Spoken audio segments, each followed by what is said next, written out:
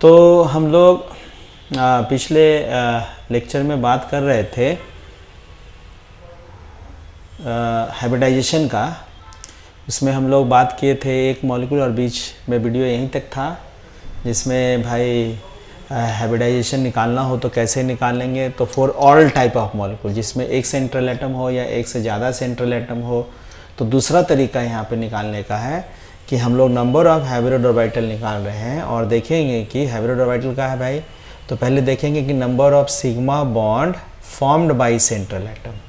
तो जो central atom है वह सेंट्रल एटम के द्वारा कितना सिग्मा बॉन्ड बनाया गया। पूरा मॉलिक्यूल का सिग्मा बॉन्ड नहीं, सेंट्रल एटम के द्वारा कितना sigma bond, plus number of lone pair on central atom. जो सेंट्रल एटम है उस सेंट्रल एटम के पास कितना लोन पेयर अभी अवेलेबल है, और वैसा लोन पेयर जो डीलोकलाइज मतलब कहीं बॉन्डिंग में पार्टिसिपेट नहीं है। लेकिन लोन पेयर कहाँ वाला, सेंट्रल एटम वाला हाइब्रिडाइजेशन में, पूरे मॉलिक्यूल वाला नहीं भाई, सेंट्रल एटम वाला लोन पेयर चाहिए।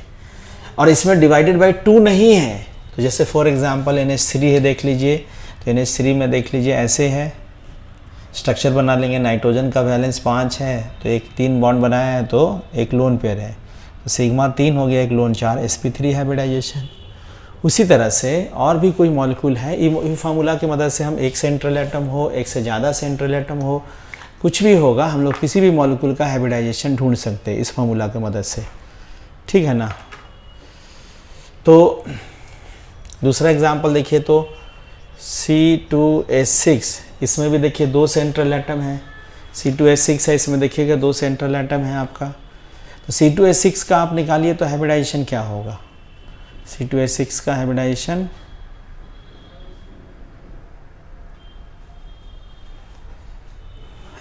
ढूंढिए। तो इसका स्ट्रक्चर बनाइए, देख लीजिए भाई।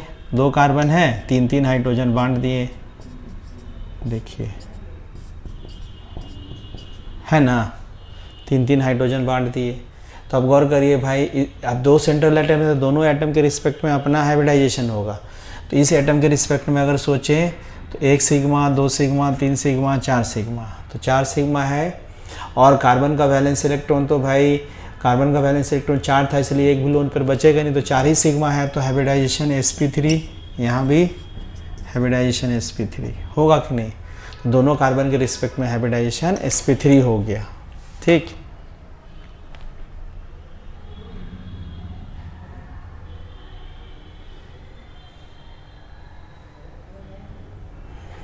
ठीक है ना। कुछ और भी एग्जांपल्स दे रहे हैं हम लोग, जैसे इस मॉलिक्यूल के लिए कहीं भी बता सकते हैं, लेकिन इसमें प्रॉब्लम क्या है कि इसका आपको आंसर लाने के लिए आपको स्ट्रक्चर बनाना पड़ेगा। जैसे अगर आप P4O6 बार बार स्ट्रक्चर बना रहे हैं, इसमें अगर फास्फोरस के रिस्पेक्ट में हाइब्रिडाइजेशन निकालना चाहते हैं, अगर फास्फोरस के रिस्पेक्ट में देखिए, फास्फोरस तो 4 फास्फोरस है, यहाँ देख लो, ऑक्सीजन, स्ट्रक्चर देते हैं, बताएं तो है पहले ही, ठीक है ना। और बीच में एक ऐसे होता था, याद करिए, और यहाँ ऐसे होता था, ठीक, यही होता था, ठीक है। अब देखो फास्फोरस यहाँ सेंट्रल एटम है, तो इसके रिस्पेक्ट में निकालेंगे। देखिए तो 1 सिग्मा, 2 सिग्मा, 3 सिग्मा। फास्फोरस का वैलेंस इलेक्ट्रॉन 5 होता है, बिना वैलेंस इलेक्ट्रॉन देखे आप आंसर नहीं निकाल सकते हैं।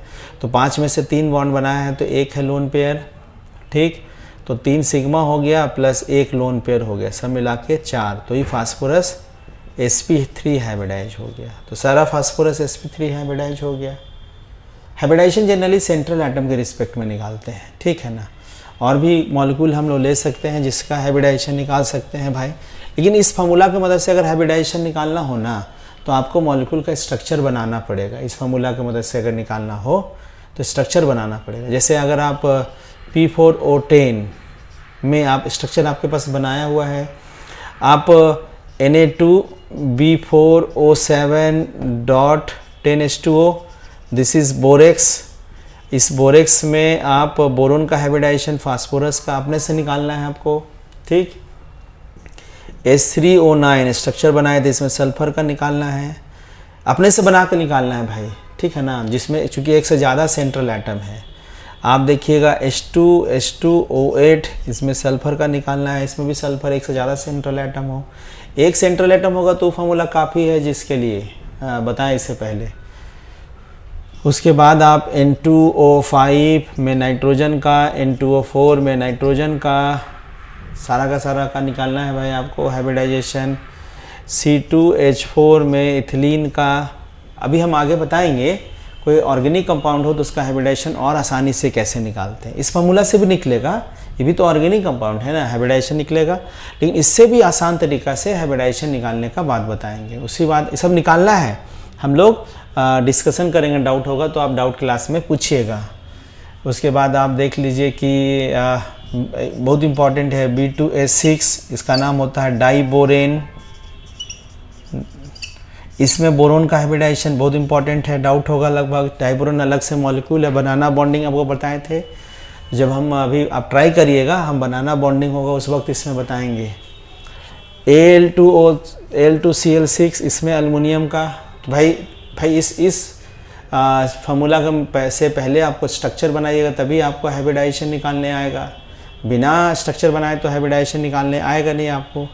तो आप हम थोड़ा सा हार्ड दिए हैं आप, ताकि आप हाइब्रिडाइजेशन निकालने में मेहनत करिए। कॉपी करिए सब लोग। अभी हम लोग हाइब्रिडाइजेशन निकालने के लिए सीख रहे हैं। अब हाइब्रिडाइजेशन के बाद हम लोग को शेप और ज्योमेट्री बताना अभी बाकी है, लेकिन उससे पहले थोड़ा हाइब्रिडाइजेशन से रिलेटेड है। उससे पहले थोड़ा एक पॉइंट हम लोग पढ़ लेते हैं जिसको हम लोग कोऑर्डिनेट बॉन्ड कहते हैं। कोऑर्डिनेट बॉन्ड देखिएगा, अभी हाइब्रिडाइजेशन कंप्लीट पूरा नहीं हुआ है। हाइब्रिडाइजेशन के मदद से हम लोग मॉलिक्यूल का शेप और ज्योमेट्री, मेन चीज़ तो बाकी ही है, लेकिन उससे पहले थोड़ा सा कोऑर्डिनेट बॉन्ड पढ़ लेते हैं। कोऑर्डिनेट बॉन्ड क्या है? तो कोऑर्डिनेट बॉन्ड का ही दूसरा नाम डेटिव बॉन्ड है। कोऑर्डिनेट बॉन्ड का ही दूसरा नाम डेटिव बॉन्ड है। ठीक, कोऑर्डिनेट बॉन्ड क्या है? तो पहला लिखिए पॉइंट इसमें, पहला point it is type of sigma bond. पहला point it is type of sigma bond, मैंने यह एक तरह से सिग्मा बॉन्ड ही है। पहले इसका नाम कोऑर्डिनेट बॉन्ड था, लेकिन यह एक तरह से सिग्मा बॉन्ड ही है, सिग्मा बॉन्ड है।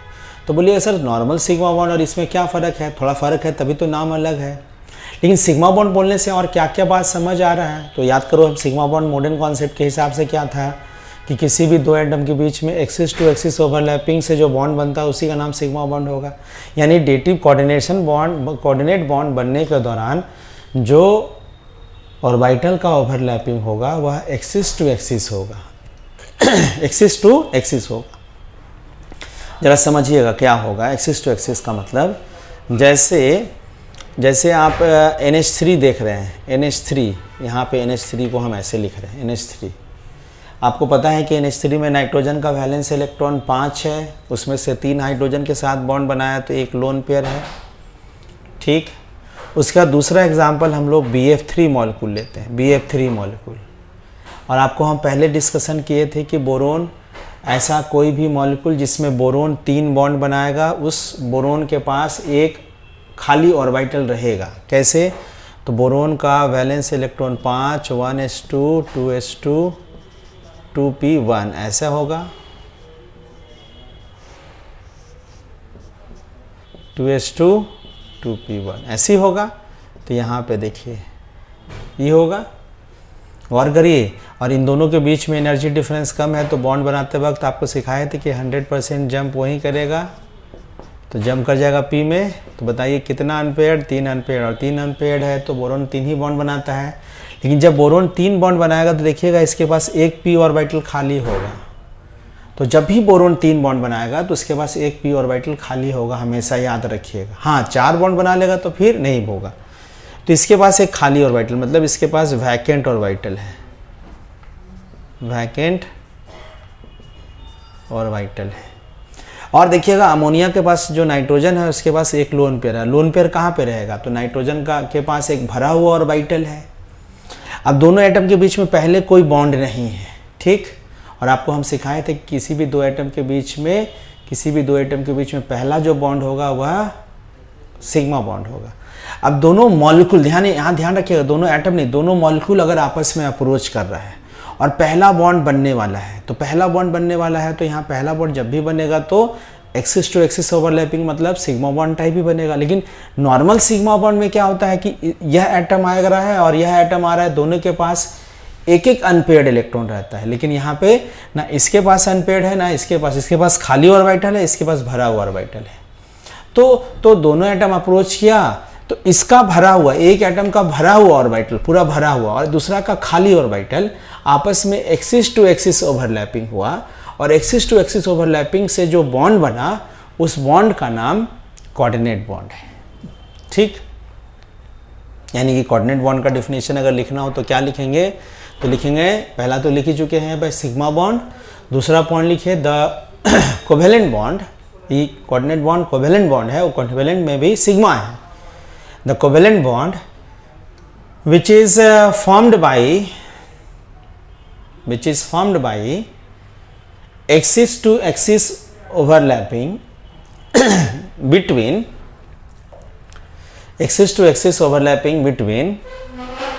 vacant orbital of an atom, मैंने किसी एक एटम का खाली orbital with filled orbital of the other atom of the other molecule, दोनों के बीच में एक्सिस टू एक्सिस ओवरलैपिंग होगा। मतलब यहाँ पे NH3 में भरा हुआ ऑर्बिटल, इसका कोई ऑर्बिटल होगा इसमें भरा हुआ और यहाँ पे देख लीजिए इसका खाली ऑर्बिटल होगा, दोनों ऐसे आपस में ओवरलैपिंग हुआ होगा। चूँकि यहाँ पे एक्सिस कोई बॉन्ड नहीं है तो सही भाई एक्सिस टू एक्सिस ओवरलैपिंग हुआ होगा। तो ऐसे ही बॉन्ड का नाम, इसी बॉन्ड का नाम यहाँ से जो दिख गया आपको, देखिए NH3 दिखा दिए और यहाँ पे BF3, यहाँ से दिखाइएगा ऐसे, लोन पर ही दे रहा है तो ऐसे, इसी बॉन्ड का नाम कोऑर्डिनेट बॉन्ड होगा। समझ आ रहा है, कोऑर्डिनेट बॉन्ड। सिग्मा बॉन्ड क्यों बोले, क्योंकि ओवरलैपिंग एक्सिस टू एक्सिस है। लेकिन एक सवाल उठता है इसमें कि भाई आपको मॉडर्न कॉन्सेप्ट में तो कहा गया था कि वही एटम बॉन्ड बनाएगा जिसके पास अनपेयर्ड इलेक्ट्रॉन होगा, जिसके पास अनपेयर्ड नहीं है वो बॉन्ड नहीं बनाएगा। तो यहाँ बताइए, ये तो पेयर्ड है, बॉन्ड तो बनाना नहीं चाहिए। तो मॉडर्न कॉन्सेप्ट के हिसाब से कैसे बॉन्ड बनाएगा भाई, थोड़ा जस्टिफाई करना पड़ेगा। तो होगा क्या कि दोनों एटम के बीच में बॉन्ड बनने से पहले फाइनल स्ट्रक्चर यही होगा। लेकिन दोनों एटम के बॉन्ड बनने से पहले के बीच में क्या होगा, जो पेयर्ड इलेक्ट्रॉन होगा उसमें से अपना इलेक्ट्रॉन इसमें से एक इलेक्ट्रॉन, आधा एरो देंगे मतलब एक इलेक्ट्रॉन, इसको ट्रांसफ़र कर देगा खाली ऑर्बिटल वाला में। माने जिसके पास लोन पेयर भरा हुआ है उसमें से अपना एक खाली इलेक्ट्रॉन इसको दे देगा। ठीक, और जैसे ही खाली इलेक्ट्रॉन देगा तो इसके पास एक अनपेयर्ड था वो अनपेयर्ड होगा, इसके पास खाली था वो भी अनपेयर्ड होगा। अब दोनों के पास एक एक अनपेयर्ड है, दोनों अनपेयर्ड आपस में ओवरलैपिंग किया तो एक्सिस टू एक्सिस ओवरलैपिंग किया, तो इसी का नाम सिग्मा बॉन्ड। लेकिन इस पूरे प्रोसेस में भाई इलेक्ट्रॉन को लॉस कौन कर रहा है, नाइट्रोजन। तो लॉस कर रहा है तो इस पर चार्ज क्या देना पड़ेगा, प्लस, और गेन कौन कर रहा है इस पर, माइनस। तो आप लोग को हम सिखाए थे, मतलब बॉन्ड प्रोसेस ऐसे ही बनता है। तो आपको हम सिखाए थे कि कोऑर्डिनेट बॉन्ड जब भी रहेगा, अगर लोन पेयर देने वाला एटम सेकेंड पीरियड है तो उस केस में भाई जो लोन पेयर जो देगा तो देने वाला एटम पे हम लोग प्लस चार्ज लगा देते हैं और जो लेने वाला एटम होता है उस पर माइनस चार्ज लगा देते हैं। याद करो क्यों प्लस चार्ज, क्योंकि पेयर्ड इलेक्ट्रॉन तो बॉन्ड बनाएगा नहीं, क्योंकि मॉडर्न कॉन्सेप्ट के हिसाब से वही एटम बॉन्ड बना सकता है जिसके पास अनपेयर्ड हो। तो बॉन्ड बनने से पहले ही भरा हुआ ऑर्बिटल में से एक इलेक्ट्रॉन जिसके पास खाली ऑर्बिटल है उसको दे देगा। तो देने से इस पे प्लस होगा, इस पे माइनस है। अब दोनों के पास एक एक अनपेयर्ड है और आपस में ओवरलैपिंग किया तो फाइनली हम बोले थे ना ऐसी स्ट्रक्चर हुआ, coordinate bond replace by single bond separated by plus minus charge if donor atom are from second period. अब बोलिएगा सर वो थर्ड पीरियड में डबल बॉन्ड होता तो वो आगे एग्जाम्पल्स आएगा। ठीक, ये हो गया कोऑर्डिनेट। और एग्जाम्पल्स देते हैं भाई, कोऑर्डिनेट बॉन्ड और कहाँ पे बन सकता है एग्जाम्पल्स। जैसे देखिए AlCl3 मॉलिक्यूल है, ये भी क्या है जी, बोरोन फैमिली वाला कंपाउंड है। और बोरोन फैमिली वाला कंपाउंड में एक क्लोरीन एक बॉन्ड, तीन क्लोरीन तीन बॉन्ड। तो आप बोले थे कि जहाँ तीन बॉन्ड बनेगा तो उसके पास एक ऑर्बिटल खाली होगा। जहाँ तीन बॉन्ड बनाएगा बोरोन फैमिली का कोई भी एटम तो उसके पास एक ऑर्बिटल, वो भी कौन सा ऑर्बिटल, p ऑर्बिटल। तो यहाँ पे देख लीजिए इसका स्ट्रक्चर हम बना देते हैं क्लोरीन, ऐसे ध्यान सुनिए स्ट्रक्चर। अभी हम लोग चूँकि हाइब्रिडाइजेशन की मदद से शेप और ज्योमेट्री अभी हम लोग नहीं लाए हैं तो शेप और ज्योमेट्री अभी सिखाएंगे।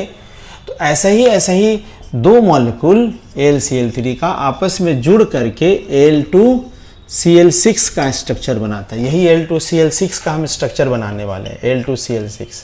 ठीक, तो एक हुआ यहाँ, और दूसरा हम यहाँ पे लिख दिए, ये क्लोरीन है, ये क्लोरीन है, और ये देखिए क्लोरीन है। आपके पास पता है कि इसके पास एक खाली ऑर्बिटल है, इसके पास भी एक खाली ऑर्बिटल है। दोनों मॉलिक्यूल अलग अलग है, लेकिन दोनों आपस में डाइमर, दो मॉलिक्यूल अगर जुड़ के एक मॉलिक्यूल बनता है तो उसको कहते हैं डाइमराइजेशन, डाइमर। तो इसके पास एक खाली ऑर्बिटल है। आप देखो क्लोरीन का वैलेंस इलेक्ट्रॉन कितना है, सोचो।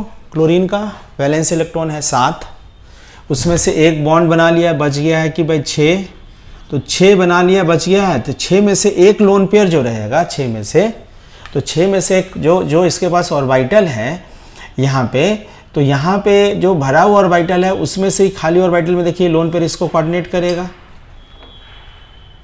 अब गौर करिए, यहाँ में यहाँ नहीं देगा, क्यों नहीं देगा? क्योंकि पहले सिग्मा बॉन्ड बन चुका, अब दोबारा पाई बॉन्ड बनेगा। ऐसा भी तो बोलिएगा सर यहाँ खाली है, यहाँ भरा है, ये दे देगा। तो सिग्मा बॉन्ड भी बनने का ऑप्शन है और पाई बॉन्ड बनने का भी ऑप्शन है। तो सिग्मा बॉन्ड स्ट्रॉन्गर बॉन्ड होता है, और जो स्ट्रॉन्गर बॉन्ड है वो ज़्यादा पहले प्रेफर्ड करेगा ना पाई से, तो यहाँ से ही सिग्मा बॉन्ड बना। उसी तरह से इसके पास ही खाली ऑर्बिटल है, और यहाँ पे देखो लोन पेयर है, तो इसका लोन पेयर इसको कोऑर्डिनेट करेगा, ऐसे लिखेंगे हम लोग। तो Al2Cl6 का आप स्ट्रक्चर ऐसा, अगर हाइब्रिडाइजेशन निकालना चाहिएगा तो हाइब्रिडाइजेशन देखो निकाल सकते हैं। तो ई सिग्मा, ई सिग्मा, ई सिग्मा, और कोऑर्डिनेट बॉन्ड भी सिग्मा होता है, तो 4 सिग्मा है और एक भी लोन पेयर नहीं है, तो 4 है, मतलब 4 हाइब्रिड ऑर्बिटल, तो हाइब्रिडाइजेशन sp3। ठीक है ना। अब देखिए ध्यान से, भाई ऐसा कोऑर्डिनेट बॉन्ड का और भी बहुत सारे एग्जांपल्स है, बहुत सारे एग्जांपल। जैसे देखो एक और एग्जांपल्स देते हैं आपको। ये आपका मॉलिक्यूल क्या है जी? Boric acid. बोरिक एसिड बहुत इंपॉर्टेंट है, और बोरिक एसिड को जब वाटर में डिज़ोल्व करते हैं ना, तो बोरिक एसिड को वाटर में डिज़ोल्व करते हैं तो स्ट्रक्चर हो जाता है आपका ऐसे। एसिड है, इसका मतलब इसको डिज़ोल्व करने से H+ से रिलीज होगा, तभी ना नाम एसिड है। इसको थोड़ा अरेंज कर दें इसी को, तो देखिएगा बोरिक एसिड ओरिजिनली में ऐसा है, और ऐसा है मतलब ध्यान रखिएगा, बोरोन यहाँ पे 3 बॉन्ड बनाया है, और जहाँ बोरोन 3 बॉन्ड बनाया है तो आप कह सकते हैं कि इसके पास एक खाली ऑर्बिटल है। ठीक, और इसको वाटर में जैसे ही डिजोल्व किए तो खाली ऑर्बिटल है, ध्यान से समझना, इसके पास एक खाली ऑर्बिटल है ऐसे, p, वो भी खाली कौन? p ऑर्बिटल, इसलिए p जैसा डायग्राम बनाया। और यहाँ पे वाटर मॉलिक्यूल है, तो वाटर मॉलिक्यूल में देखिएगा बहुत सारा लोन पेयर है, यहाँ देख लीजिए। तो बहुत सारा लोन पेयर में ये देखिए लोन पेयर इसके साथ ऐसे कोऑर्डिनेट बॉन्ड, यहाँ लोन पेयर इसको देगा। ठीक, अब लोन पेयर देगा, लेकिन लोन पेयर देने से खींचेगा, और हम आपको पता है ना वाटर में भी बहुत सारा बॉन्ड होता है, उसको शायद हाइड्रोजन बॉन्डिंग कहते हैं, हम आगे पढ़ाएंगे हम।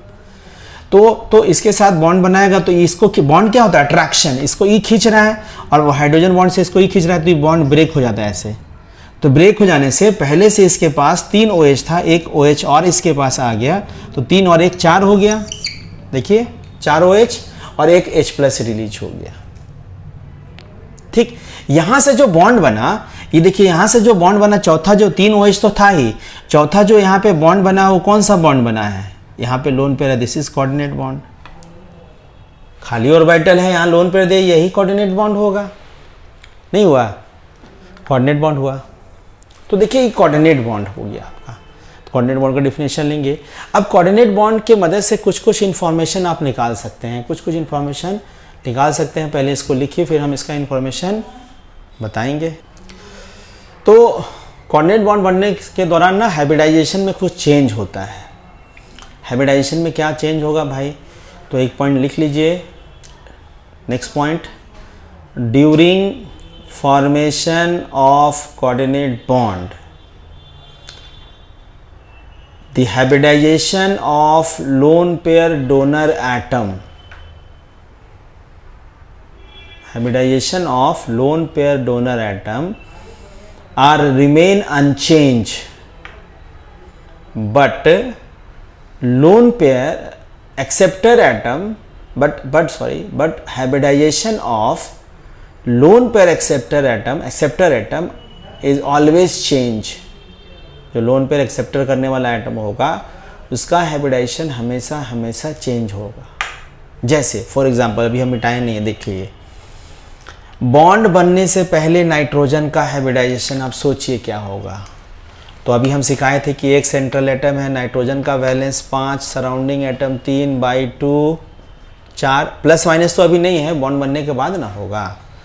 तो इसका हाइब्रिडाइजेशन 4 मतलब इसका देखिए हाइब्रिडाइजेशन sp3 है। गौर करिएगा ये लोन पेयर दे रहा है तो हम लिखवाए हैं कि जो लोन पेयर देगा उसका हाइब्रिडाइजेशन में कोई चेंज नहीं होगा, मतलब इसका हाइब्रिडाइजेशन फाइनल स्ट्रक्चर में भी वही रहेगा, देख लीजिएगा। अब इसका हाइब्रिडाइजेशन देखो, बोरोन पे अभी माइनस चार्ज नहीं था, माइनस आपको समझाने के लिए लिखे थे।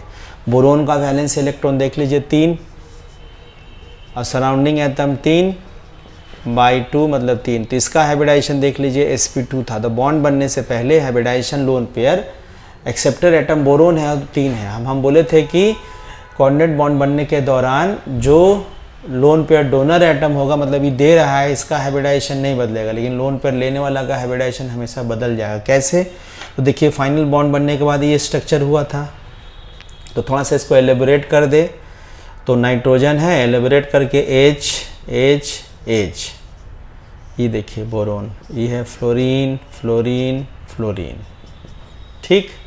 प्लस माइनस दे सकते हैं आप। अब देखो यहाँ पे दो सेंट्रल एटम हुआ, तो हमारे पास हाइब्रिडाइजेशन निकालने का सेकंड वाला फार्मूला, जिसके पास एक से ज़्यादा सेंट्रल एटम होता है, ये वाला फार्मूला नहीं लगाते हैं। अब गौर करिए नाइट्रोजन सेंट्रल एटम तो 1 सिग्मा 2 सिग्मा 3 सिग्मा 4 सिग्मा, तो अगेन इसका हाइब्रिडाइजेशन sp3 ही रह गया कि नहीं? अलग लिखना, आप कॉपी में अलग लिखना। यहाँ 1 सिग्मा 2 सिग्मा 3 सिग्मा 4 सिग्मा, बताइए तो इसका हाइब्रिडाइजेशन अगेन sp3 हो गया। पहले क्या था sp2, अब क्या हुआ sp3। तो आपको हम बोले थे कि जो एटम लोन पेयर एक्सेप्ट करेगा during formation of coordinate bond, उसका हाइब्रिडाइजेशन हमेशा बदल जाएगा। तो जहाँ जहाँ भी लोन पेयर एक्सेप्ट करेगा, देखिए यहाँ भी लोन पेयर कौन एक्सेप्ट कर रहा है जी? अल्युमिनियम। पहले क्या हाइब्रिडाइजेशन था देख लो यहाँ पे भाई, तो अल्युमिनियम का वैलेंस 3, सराउंडिंग 3/2 3, तो इसका हाइब्रिडाइजेशन हो गया sp2, ठीक। इसका हाइब्रिडाइजेशन हो गया sp2। अब बॉन्ड बनने के बाद देख लीजिए 1 सिग्मा 2 सिग्मा 3 सिग्मा क्या हो गया जी? लेकिन बताओ ये लोन पेयर ले रहा है कि नहीं? लोन पेयर जो लेगा उसी का हाइब्रिडाइजेशन बदलेगा, रिमेंबर, जो लेगा उसी का हाइब्रिडाइजेशन बदलेगा, तो sp3 हो गया। अगेन देखिए this is very very important examples, यह बहुत इंपॉर्टेंट एग्जाम्पल है बोरिक एसिड। तो बोरिक एसिड का हाइब्रिडाइजेशन कैसे निकालेंगे भाई? देखिए निकाल सकते हैं आप लोग। तो बोरिक एसिड का हाइब्रिडाइजेशन यहाँ पे बॉन्ड बनने से पहले लोन पेयर, देखिए बोरिक एसिड में बोरोन ही निकला है, तो बोरोन का वैलेंस 3 और हाइड्रोजन 3 और ऑक्सीजन चूंकि डाइवैलेंट है इसलिए इसको काउंट नहीं किए, तो 3 का मतलब इसका हाइब्रिडाइजेशन sp2 हो गया। नहीं, इसका हाइब्रिडाइजेशन sp2 हो गया। अब देखिए लोन पेयर लेने के बाद ये वाला स्ट्रक्चर यही बना है आपका, तो इसका स्ट्रक्चर हम नीचे लिखे हैं। तो देखो 1 sigma 2 sigma 3 sigma 4 sigma 4 sigma है, तो हाइब्रिडाइजेशन sp3।